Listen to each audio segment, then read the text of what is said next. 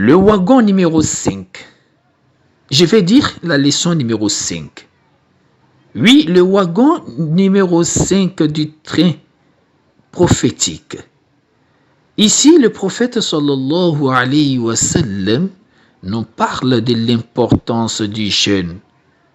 Wassalatu wassalamu ala rasulillah wa ala alihi wa sahbihi wa sallam tasliman kathira. الحديث الخامس الريان. قال رسول الله صلى الله عليه وسلم: في الجنة 8 أبواب، فيها باب يسمى الريان، لا يدخله إلا الصائمون. رواه البخاري.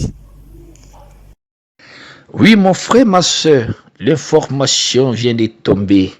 La grande information de la bouche la mieux habilitée. La bouche du prophète sallallahu alayhi wa sallam. L'homme à la dimension surnaturelle. L'homme à la dimension naturelle. L'homme pour qui les choses aussi ont du respect et de la continence. Le prophète sallallahu alayhi wa sallam nous donne cette information, cette grande information pour nous croyants musulmans. Oui, il faut croire pour accepter cette parole. Il nous dit, et je cite, Fil jannati thamaniyatu abwabin. Il nous dit dans le paradis d'Allah, la demeure des élus, la demeure des agréés, la demeure de ceux qu'Allah aura accepté ou encore aura accepté les bonnes actions.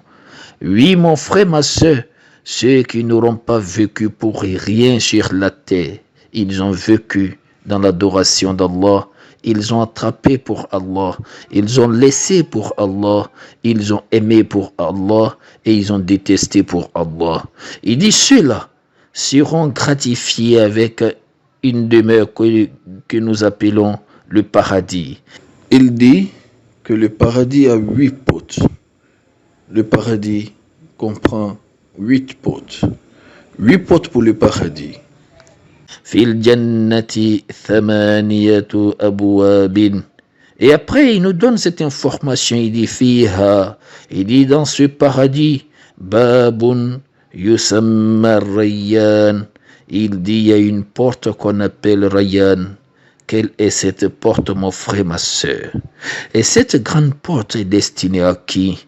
Ou encore appartient à qui, mon frère, ma soeur? Et le prophète sallallahu alayhi wa sallam va nous informer. La yadkhuluhu illa sa'imun.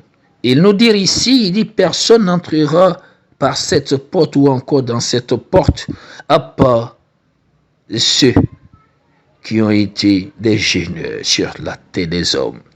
Être des jeûneurs, ça veut dire ils ont refusé de boire au cours de la journée. Ils ont refusé de manger au cours de la journée. Ils ont aussi refusé de regarder ce qu'Allah n'aime pas au cours de la journée. Ils ont refusé de dire ce qu'Allah n'aime pas au cours de la journée. Ils ont refusé d'écouter ce qu'Allah n'aime pas au cours de la journée. Ils ont refusé de penser à quelque chose qu'Allah n'aime pas. Il dit ces personnes-là. Et cette jeûne a été aussi fait pour Allah. Il dit ceux-là. Ceux qui ont fait de cette pratique une pratique courante, ils ont jeûné les lundis et les jeudis. Ils ont jeûné les 3 jours lunaires, le 13, 14, 15e jour. Ils ont jeûné le mois de Ramadan. Ils ont jeûné lorsque on devrait jeûner. Ils ont fait du jeûne un quotidien. Ils ont fait du jeûne un compagnon. Il dit ceux-là, c'est leurs potes.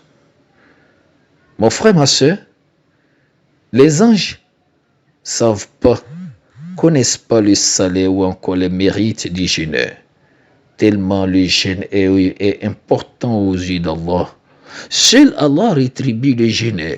Oui, mais seul lui aussi connaît sa rétribution. Mon frère, ma soeur, pour te dire que le jeûne n'est pas une pratique d'adoration, hasardeuse. Ou encore, le jeûne n'est pas fait pour tout le monde. C'est pourquoi, mon frère, ma soeur, toi et moi, nous devons faire l'effort d'être parmi ceux-là, des gens qui auront les demeures dans cette porte, ou encore dans cette 8e porte du paradis. Qui dit porte, dit une demeure, ou encore une antichambre du paradis, réservée seulement qu'aux jeûneurs.